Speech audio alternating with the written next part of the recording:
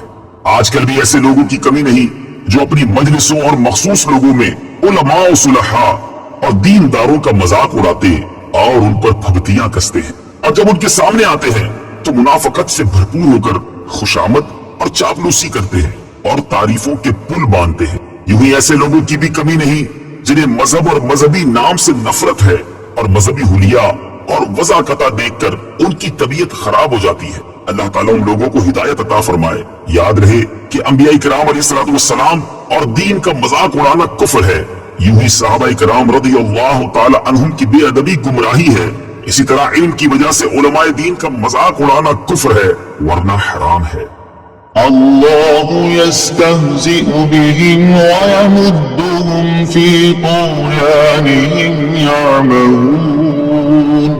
ترجمہ، اللہ ان کی ہنسی مذاق کا انہیں بدلہ دے گا اور ابھی وہ انہیں مہلت دے رہا ہے کہ یہ اپنی سرکشی میں بھٹکتے رہیں۔ اللہ یستہزئ بہم، اللہ ان کی ہنسی مذاق کا انہیں بدلہ دے گا۔ تفسیر صراط الجنان میں ہے اللہ تعالیٰ استہزاء اور تمام عیوب سے پاک ہے۔ یہاں جو اللہ تعالیٰ کی طرف استہزاء کی نسبت ہے، اس سے مراد منافقوں کے استہزاء کا بدلہ دینا ہے، اور بدلے کے وقت عربی اور اردو میں اسی طرح کا لفظ دہرا دیا جاتا ہے، جیسے کہا جائے کہ برائی کا بدلہ برائی ہی ہوتا ہے، حالانکہ برائی کا بدلہ تو عدل و انصاف اور آدمی کا حق ہوتا ہے۔ أولئك الذين اشتروا الضلالة بالهدى فما ربحت تجارتهم وما كانوا مهتدين۔ ترجمہ، یہی وہ لوگ ہیں جنہوں نے ہدایت کے بدلے گمراہی خرید لی تو ان کی تجارت نے کوئی نفع نہ دیا، اور یہ لوگ راہ جانتے ہی نہیں تھے۔ اشتروا الضلالة بالهدى، یہی وہ لوگ ہیں جنہوں نے ہدایت کے بدلے گمراہی خرید لی۔ تفسیر صراط الجنان میں ہے ہدایت کے بدلے گمراہی خریدنا یعنی ایمان کی بجائے کفر اختیار کرنا نہایت خسارے اور گھاٹے کا سودا ہے۔ یہ آیت یا تو ان لوگوں کے بارے میں نازل ہوئی جو ایمان لانے کے بعد کافر ہو گئے، یا یہودیوں کے بارے میں نازل ہوئی جو پہلے تو حضور پرنور صلی اللہ تعالی علیہ وسلم پر ایمان رکھتے تھے، مگر جب حضور اقدس صلی اللہ تعالی علیہ وسلم کی تشریف آوری ہوئی تو منکر ہو گئے۔ یا یہ آیت تمام کفار کے بارے میں نازل ہوئی اس طور پر کہ اللہ تعالیٰ نے انہیں فطرت سلیمہ عطا فرمائی، حق کے دلائل واضح کیے، ہدایت کی راہیں کھولی، لیکن انہوں نے عقل و انصاف سے کام نہ لیا اور گمراہی اختیار کی، تو وہ سب سے زیادہ نقصان اٹھانے والے تاجر ہیں کہ انہوں نے نفع ہی نہیں بلکہ اصل سرمایہ بھی تباہ کر لیا۔ مثلهم كمثل الذي استوقد نارا فلما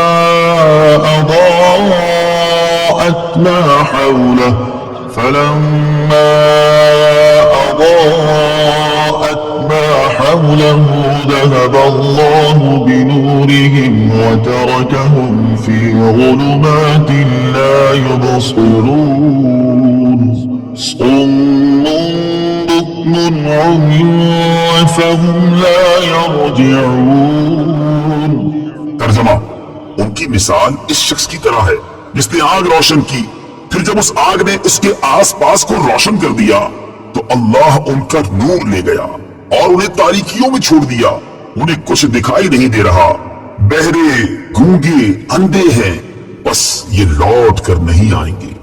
مثلهم كمثل الذي استوقد نارا، ان کی مثال اس شخص کی طرح ہے جس نے آگ روشن کی۔ تفسیر صراط الجنان میں ہے یہ ان لوگوں کی مثال ہے جنہیں اللہ تعالیٰ نے کچھ ہدایت دی یا اس پر قدرت بخشی، پھر انہوں نے اسے ضائع کر دیا اور ابدی دولت کو حاصل نہ کیا۔ ان کا انجام حسرت و افسوس اور حیرت و خوف ہے۔ اس میں وہ منافق بھی داخل ہیں جنہوں نے اظہار ایمان کیا اور دل میں کفر رکھ کر اقرار کی روشنی کو ضائع کر دیا، اور وہ بھی جو مومن ہونے کے بعد مرتد ہو گئے، اور وہ بھی جنہیں فطرت سلیمہ عطا ہوئی اور دلائل کی روشنی نے حق کو واضح کیا، مگر انہوں نے اس سے فائدہ نہ اٹھایا اور گمراہی اختیار کی، اور جب حق کو سننے، ماننے، کہنے اور دیکھنے سے محروم ہو گئے تو کان، زبان، آنکھ سب بیکار ہیں۔ أو كصيب من السماء فيه ظلمات ورعد وبرق يجعلون أصابعهم في آذانهم من الصواعق حذر الموت والله محيط بالكافرين يكاد البرق يخطف أبصارهم كلما أضاء لهم مشوا فيه وإذا أظلم عليهم قاموا ولو شاء شاء الله لذهب بسمعهم وأبصارهم إن الله على كل شيء قدير. ترجمہ: یا ان کی مثال آسمان سے اترنے والی بارش کی طرح ہے جس میں تاریکیاں اور گرج اور چمک ہے. یہ زوردار کڑک کی وجہ سے موت کے ڈر سے اپنے کانوں میں انگلیاں ٹھونس رہے ہیں، حالانکہ اللہ کافروں کو گھیرے ہوئے ہے. بجلی یوں معلوم ہوتی ہے کہ ان کی نگاہیں اچک کر لے جائے گی. حالت یہ ہے کہ جب کچھ روشنی ہوئی تو اس میں چلنے لگے، اور جب ان پر اندھیرا چھا گیا تو کھڑے رہ گئے. اور اگر اللہ چاہتا تو ان کے کان اور آنکھیں سلب کر لیتا. بے شک اللہ ہر شے پر قادر ہے. او کصیب من السماء، یہ جیسے آسمان سے بارش.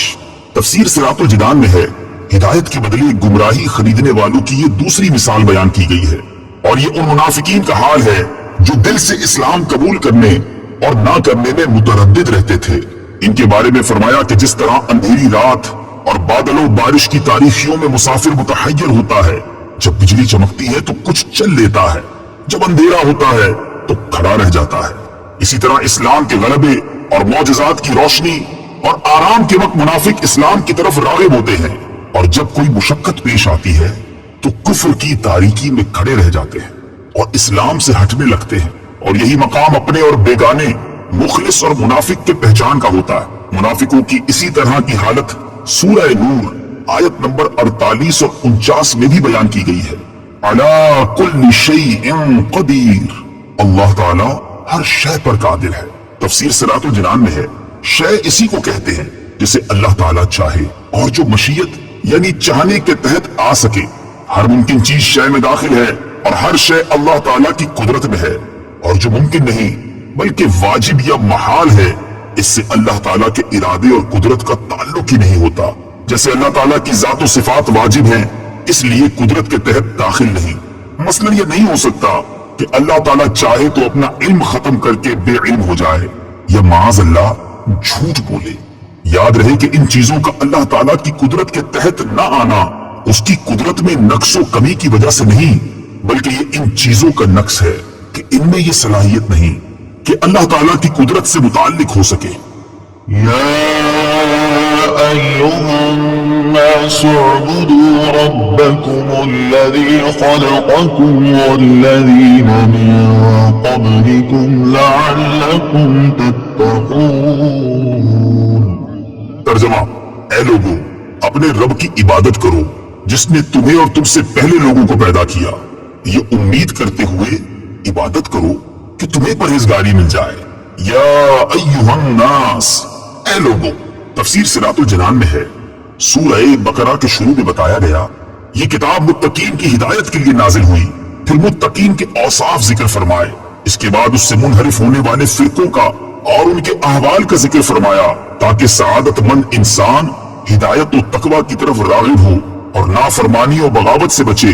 اب تقوی حاصل کرنے کا طریقہ بتایا جا رہا ہے اور وہ طریقہ عبادت اور اطاعت الہی ہے. یا ایھا الناس کے ذریعے تمام انسانوں سے خطاب ہے اور اس بات کا اشارہ ہے کہ انسانی شرافت اسی میں ہے کہ آدمی تقوی حاصل کرے اور اللہ تعالیٰ کا بندہ بنے. عبادت کی تعریف: عبادت اس انتہائی تعظیم کا نام ہے جو بندہ اپنی عبدیت یعنی بندہ ہونے اور معبود کی الوہیت یعنی معبود ہونے کے اعتقاد اور اعتراف کے ساتھ بجا لائے. یہاں عبادت توحید اور اس کے علاوہ اپنی تمام قسموں کو شامل ہے. کافروں کو عبادت کا حکم اس معنی میں ہے کہ وہ سب سے بنیادی عبادت یعنی ایمان لائیں اور اس کے بعد دیگر اعمال بجا لائیں. تفسیر صراط الجنان میں ہے لعلکم تتقون، تاکہ تمہیں پرہیزگاری ملے. اس سے معلوم ہوا کہ عبادت کا فائدہ عابد ہی کو ملتا ہے، جبکہ اللہ تعالیٰ اس سے پاک ہے کہ اس کو عبادت یا اور کسی چیز سے نفع حاصل ہو. الذي جعل لكم الأرض فراشا والسماء بناء وأنزل من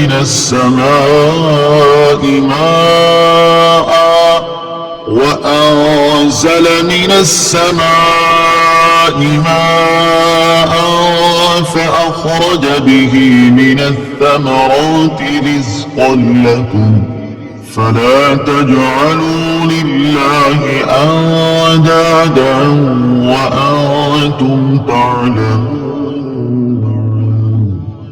ترجمہ: جس نے تمہارے لیے زمین کو بچھونا اور آسمان کو چھت بنایا اور اس نے آسمان سے پانی اتارا، پھر اس پانی کے ذریعے تمہارے کھانے کے لیے کئی پھل پیدا کیے، تو تم جان بوجھ کر اللہ کے شریک نہ بناؤ. الذي جعل لكم الأرض فراشا والسماء بناء. جس نے تمہارے لیے زمین کو بچھونا اور آسمان کو چھت بنایا. تفسیر صراط الجنان میں ہے. اس آیت اور اس سے اوپر والی آیت میں اللہ تعالیٰ نے اپنی ان نعمتوں کو بیان فرمایا ہے. نمبر 1، مخلوق کو عدم سے وجود میں لانا. نمبر 2، آسمان و زمین کو پیدا کرنا. نمبر 3، آسمان و زمین سے مخلوق کے رزق کا مہیا کرنا. نمبر 4، آسمان سے بارش اتارنا اور زمین سے نباتات اگانا. جب آدمی کی زندگی کا ایک ایک لمحہ اور ایک ایک پل اللہ تعالیٰ کی نعمتوں میں ڈوبا ہوا ہے تو اس مالک حقیقی کو چھوڑ کر کسی اور کا عبادت گزار بننا کس قدر ناشکری ہے. یوں ہی ایسے قریب خدا کی یاد سے غفلت بھی کتنی بڑی ناشکری ہے. وَإِن كُنتُمْ فِي رَيْبٍ مِّمَّا نَزَّلْنَا عَلَى عَبْدِنَا فَأْتُوا بِسُورَةٍ مِّن مِّثْلِهِ وَادْعُوا شُهَدَاءَكُم مِّن دُونِ اللَّهِ إِن كُنتُمْ صَادِقِينَ. ترجمہ: اور اگر تمہیں اس کتاب کے بارے میں کوئی شک ہو جو ہم نے اپنے خاص بندے پر نازل کی ہے تو تم اس جیسی ایک صورت بنا لاؤ اور اللہ کے علاوہ اپنے سب مددگاروں کو بلا لو اگر تم سچے ہو. وَإِن كُنتُمْ فِي رَيْبٍ، اور اگر تمہیں کچھ شک ہو. تفسیر صراط الجنان میں ہے. اس سے پہلی آیات میں اللہ تعالیٰ کی قدرت و وحدانیت کا بیان ہوا اور یہاں سے حضور سید المرسلین صلی اللہ تعالیٰ علیہ وسلم کی نبوت اور قرآن کریم کے اللہ تعالیٰ کی بے مثل کتاب ہونے کی وہ قاہر دلیل بیان فرمائی جا رہی ہے جو طالب صادق کو اطمینان بخشے اور منکروں کو عاجز کر دے. اللہ تعالیٰ کی عظمت کی سب سے بڑی دلیل محمد مصطفیٰ صلی اللہ تعالیٰ علیہ وسلم ہے اور محمد مصطفیٰ صلی اللہ تعالیٰ علیہ وسلم کی عظمت کی سب سے بڑی دلیل قرآن ہے. لہٰذا اس رکوع میں ترتیب سے ان سب کو بیان کیا گیا ہے. علی عبدنا، اپنے خاص بندے پر. تفسیر صراط الجنان میں ہے. اس آیت میں خاص بندے سے حضور پرنور صلی اللہ تعالی علیہ وسلم مراد ہے. یہاں اس انداز تعبیر میں نبی رحمت صلی اللہ تعالی علیہ وسلم کی شان محبوبیت کی طرف بھی اشارہ ہے. اعلیٰ حضرت امام احمد رضا خان علیہ رحمت الرحمان کیا خوب فرماتے ہیں: لیکن رضا نے ختم سخن اس پہ کر دیا، خالق کا بندہ خلق کا آقا کہوں تجھے. فَأْتُوا بِسُورَةٍ مِّن مِّثْلِهِ، تو تم اس جیسی ایک صورت بنا لاؤ. تفسیر صراط الجنان میں ہے. آیت کے اس حصے اور اس کے بعد والی آیت میں قرآن کے بے مثل ہونے پر دو ٹوک الفاظ میں ایک کھلی دلیل دی جا رہی ہے کہ اپنی فصاحت و بلاغت پر ناز کرنے والوں کو چیلنج ہے کہ اگر تم قرآن کو اللہ تعالیٰ کی کتاب نہیں بلکہ کسی انسان کی تصنیف سمجھتے ہو تو چونکہ تم بھی انسان ہو لہٰذا اس جیسی ایک صورت بنا کر لے آؤ جو فصاحت و بلاغت، حسن ترتیب، غیب کی خبریں دینے اور دیگر امور میں قرآن پاک کی مثل ہو. اور اگر ایسی کوئی صورت بلکہ آیت تک نہ بنا سکو تو سمجھ لو کہ قرآن اللہ تعالیٰ کی کتاب ہے اور اللہ تعالیٰ کی کتاب کا انکار کرنے والوں کا انجام دوزخ ہے جو بطور خاص کافروں کے لیے تیار کی گئی ہے. نوٹ: یہ چیلنج قیامت تک تمام انسانوں کے لیے ہے.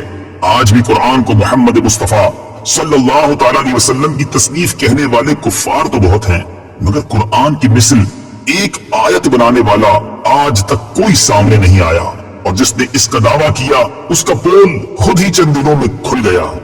اعجاز قرآن کی وجوہات. قرآن مجید وہ بے مثل کتاب ہے کہ لوگ اپنے تمام تر کمالات کے باوجود قرآن پاک جیسا کلام بنانے سے عاجز ہیں اور جن و انس مل کر بھی اس کی آیات جیسی ایک آیت بھی نہیں بنا سکتے. اس کی بنیادی وجہ یہ ہے کہ قرآن مجید اللہ تعالیٰ کا کلام ہے اور مخلوق میں کسی کے پاس اتنی طاقت نہیں کہ وہ اللہ تعالیٰ کے کلام کی مثل کلام بنا سکے. اور یہی وجہ ہے کہ صدیاں گزرنے کے باوجود آج تک کوئی بھی قرآن مجید کے دیے ہوئے چیلنج کا جواب نہیں دے سکا. اور نہ ہی قیامت تک کوئی دے سکے گا۔ قرآن پاک کے بے مثل ہونے کی بہت سی وجوہات ہیں جنہیں علماء و مفسرین نے اپنی کتابوں میں بہت شرح و بسط کے ساتھ بیان فرمایا ہے۔ ہم یہاں پر ان میں سے صرف 3 وجوہات بیان کرتے ہیں۔ تفسیر کے لیے بڑی تفاسیر کی طرف رجوع فرمائیں۔ نمبر 1، فصاحت و بلاغت۔ عرب کے لوگ فصاحت و بلاغت کے میدان کے شاہ سوار تھے، اور ان کی صفوں میں بہت سے ایسے لوگ موجود تھے جو کہ بلاغت کے فن میں اعلیٰ ترین منصب رکھنے والے، عمدہ الفاظ بولنے والے، چھوٹے اور بڑے جملوں کو بڑی فصاحت سے تیار کرنے والے تھے، اور تھوڑے کلام میں بہترین تصرف کر لیتے تھے، اپنی مراد کو بڑے عمدہ انداز میں بیان کرتے، کلام میں فصاحت و بلاغت کے تمام فنون کی رعایت کرتے، اور ایسے ماہر تھے کہ فصاحت و بلاغت کے جس دروازے سے چاہتے داخل ہو جاتے۔ الغرض دنیا میں ہر طرف ان کی فصاحت و بلاغت کا ڈنکا بجتا تھا، اور لوگ فصاحت و بلاغت میں ان کا مقابلہ کرنے کی تاب نہ رکھتے تھے۔ ان اہل عرب کو فصاحت و بلاغت کے میدان میں اگر کسی نے عاجز کیا ہے تو وہ کلام قرآن مجید ہے۔ اس مقدس کتاب کی فصاحت و بلاغت نے اہل عرب کی عقلوں کو حیران کر دیا اور اپنی مثل لانے سے عاجز کر دیا۔ نمبر 2، تلاوت قرآن کی تاثیر۔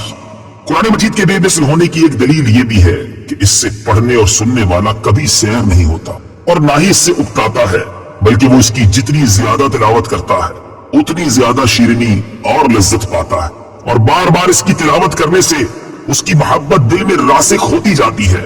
اور اس کے علاوہ کوئی اور کلام اگرچہ وہ کتنی ہی خوبی والا اور کتنا ہی فصیح و بلیغ کیوں نہ ہو، اسے بار بار پڑھنے سے دل اکتا جاتا ہے، اور جب اسے دوبارہ پڑھا جائے تو طبیعت بیزار ہو جاتی ہے۔ قرآن مجید کی اس شان کے بارے میں حضرت حارث رضی اللہ تعالیٰ عنہ سے مروی ہے، ترمذی شریف کی حدیث ہے، حضرت علی المرتضیٰ کرم اللہ تعالیٰ وجہہ الکریم فرماتے ہیں، حضور اقدس صلی اللہ تعالیٰ علیہ وآلہ وسلم نے ارشاد فرمایا، قرآن وہ ہے جس کی برکت سے خواہشات بگڑتی نہیں، اور جس کے ساتھ دوسری زبانیں مل کر اسے مشتبہ و مشکوک نہیں بنا سکتی، جس سے علماء سیر نہیں ہوتے، جو زیادہ دہرانے سے پرانا نہیں پڑتا، اور جس کے عجائبات ختم نہیں ہوتے۔ نیز قرآن مجید کی آیات میں روب، قوت اور جلال ہے کہ جب کوئی ان کی تلاوت کرتا ہے یا انہیں کسی سے سنتا ہے تو اس کے دل پر ہیبت طاری ہو جاتی ہے، حتیٰ کہ جسے قرآن پاک کی آیات کے معانی سمجھ میں نہ آ رہے ہوں اور وہ آیات کی تفسیر بھی نہ جانتا ہو، اس پر بھی رقت طاری ہو جاتی ہے۔ جبکہ قرآن مجید کے علاوہ اور کسی کتاب میں یہ وصف نہیں پایا جاتا، اگرچہ وہ کیسے ہی انداز میں کیوں نہ لکھی گئی ہو۔ نمبر 3، غیب کی خبریں۔ قرآن پاک میں مستقبل کے متعلق جو خبریں دی گئی وہ تمام کی تمام پوری ہوئیں۔ مثلا زمانہ نبوی میں رومیوں کے ایرانیوں پر غالب آنے کی خبر دی گئی اور وہ 100% پوری ہوئی۔ فَإِن لَّمْ تَفْعَلُوا وَلَا تَفْعَلُوا فَاتَّقُوا النَّارَ الَّتِي وَقُودُهَا النَّاسُ وَالْحِجَارَةُ أُعِدَّتْ لِلْكَافِرِينَ۔ ترجمہ، پھر اگر تم یہ نہ کر سکو اور تم ہرگز نہ کر سکو گے تو اس آگ سے ڈرو جس کا ایندھن آدمی اور پتھر ہے، وہ کافروں کے لیے تیار کی گئی ہے۔ وَقُودُهَا النَّاسُ وَالْحِجَارَةُ، اس کا ایندھن آدمی اور پتھر ہے۔ تفسیر صراط الجنان میں ہے، اس آیت میں آدمی سے کافر اور پتھر سے وہ بت مراد ہیں جنہیں کفار پوجتے ہیں، اور ان کی محبت میں قرآن پاک اور رسول کریم صلی اللہ تعالی علیہ وسلم کا انکار کرتے ہیں۔ پتھروں کا جہنم میں جانا ان پتھروں کی سزا نہیں بلکہ ان کی پجاریوں کی سزا کے لیے ہوگا، یعنی پجاریوں کو ان پتھروں کے ساتھ سزا دی جائے گی۔ اعدت للکافرین، وہ کافروں کے لیے تیار کی گئی ہے۔ تفسیر صراط الجنان میں ہے، اس سے معلوم ہوا کہ دوزخ پیدا ہو چکی ہے کیونکہ یہاں ماضی کے الفاظ ہیں۔ نیز کافروں کے لیے فرمانے میں یہ بھی اشارہ ہے کہ مومنین اللہ تعالیٰ کے فضل و کرم سے جہنم میں ہمیشہ داخلے سے محفوظ رہیں گے، کیونکہ جہنم بطور خاص کافروں کے لیے پیدا کی گئی ہے۔ وَبَشِّرِ الَّذِينَ آمَنُوا وَعَمِلُوا الصَّالِحَاتِ أَنَّ لَهُمْ جَنَّاتٍ تَجْرِي مِن تَحْتِهَا الْأَنْهَارُ كُلَّمَا رُزِقُوا مِنْهَا مِن ثَمَرَةٍ رِّزْقًا قَالُوا هَٰذَا الَّذِي رُزِقْنَا مِن قَبْلُ وَأُتُوا بِهِ مُتَشَابِهًا وَلَهُمْ فِيهَا أَزْوَاجٌ مطهرة وهم فيها خالدون. ترجمہ: اور ان لوگوں کو خوشخبری دو جو ایمان لائے اور انہوں نے اچھے عمل کیے کہ ان کے لیے ایسے باغات ہیں جن کے نیچے نہریں بہہ رہی ہیں. جب انہیں ان باغوں سے کوئی پھل کھانے کو دیا جائے گا تو کہیں گے یہ تو وہی رزق ہے جو ہمیں پہلے دیا گیا تھا، حالانکہ انہیں ملتا جلتا پھل پہلے دیا گیا تھا. اور ان جنتیوں کے لیے ان باغوں میں پاکیزہ بیویاں ہوں گی اور وہ ان باغوں میں ہمیشہ رہیں گے. وَبَشِّرِ الَّذِينَ آمَنُوا وَعَمِلُوا الصَّالِحَاتِ، اور ان لوگوں کو خوشخبری دو جو ایمان لائے اور انہوں نے اچھے عمل کیے. تفسیر صراط الجنان میں ہے اللہ تعالیٰ کی سنت یہ ہے کہ قرآن میں ترہیب یعنی ڈرانے کے ساتھ ترغیب بھی ذکر فرماتا ہے.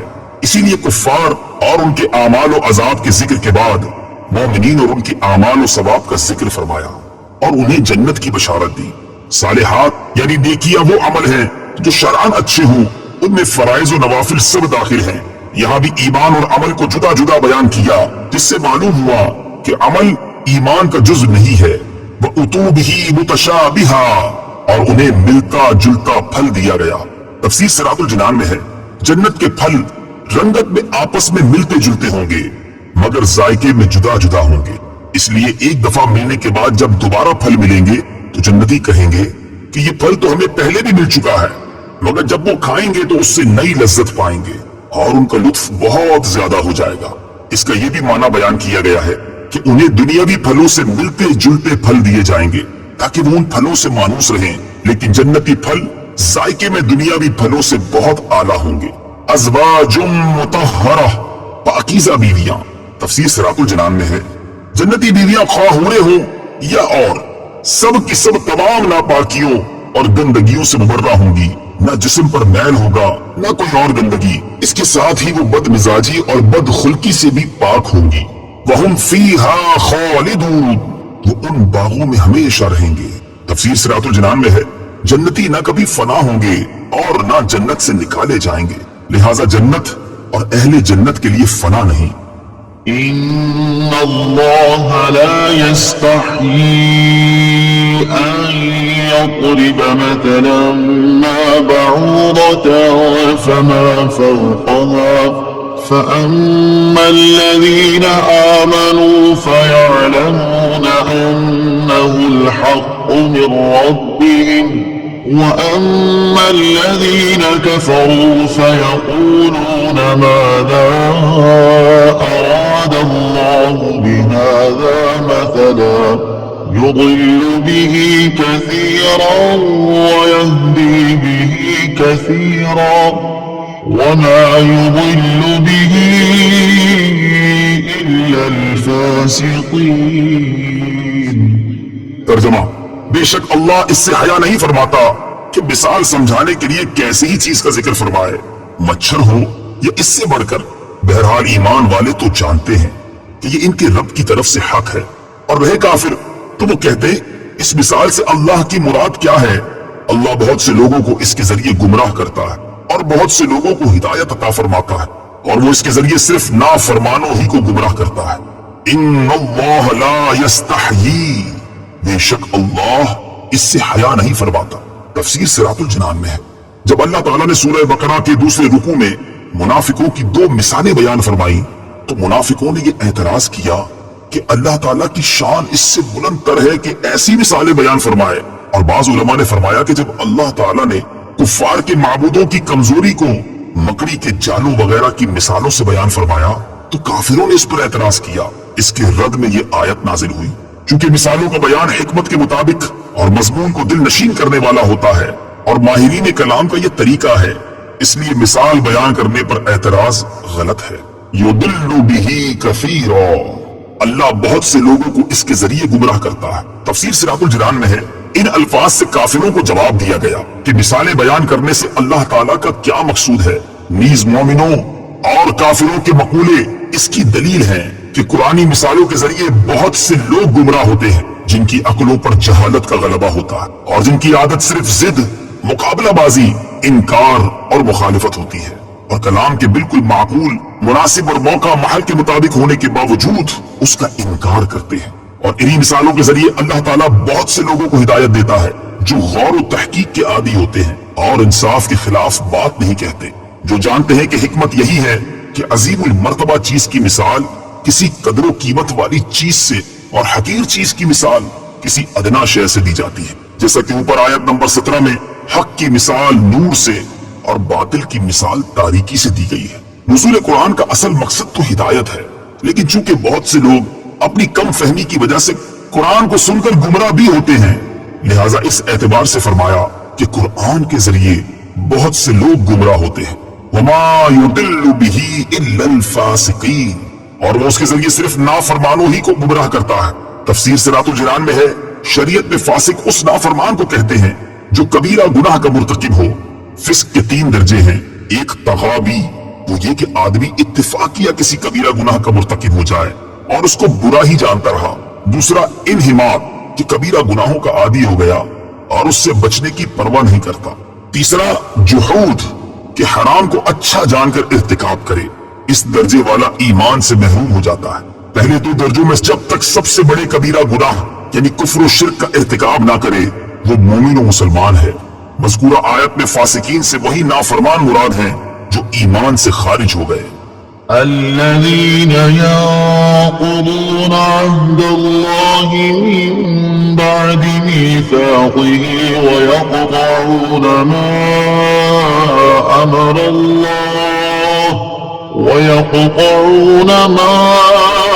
أمر الله به أن يوصل ويفسدون في الأرض أولئك هم الخاسرون۔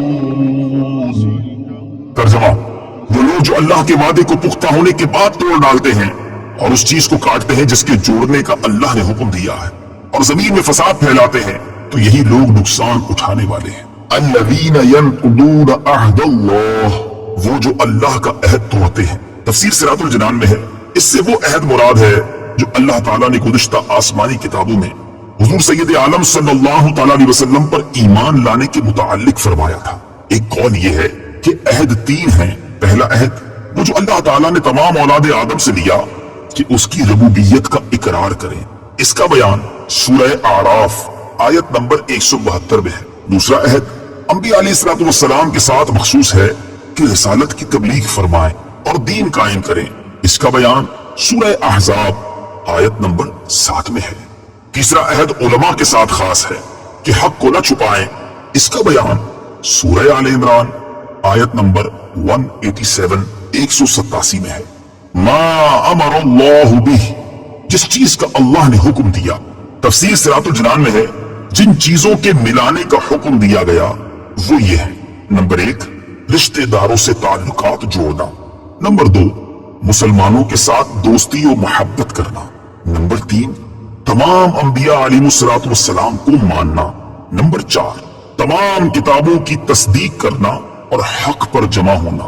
ان کو قطع کرنے کا معنی ہے رشتہ داروں سے تعلق توڑنا، انبیاء علیہ السلام کو نہ ماننا اور اللہ تعالیٰ کی کتابوں کی تصدیق نہ کرنا۔ كيف تكفرون بالله وكنتم أمواتا فأحياكم ثم يميتكم ثم يحييكم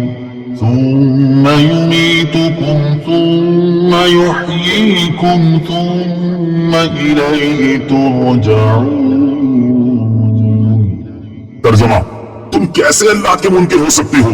حالانکہ تم مردہ تھے تو اس نے تمہیں پیدا کیا، پھر وہ تمہیں موت دے گا، پھر تمہیں زندہ کرے گا، پھر اسی کی طرف تمہیں لوٹایا جائے گا۔ کیف تکفرون باللہ، تم کیسے اللہ کے منکر ہو سکتے ہو؟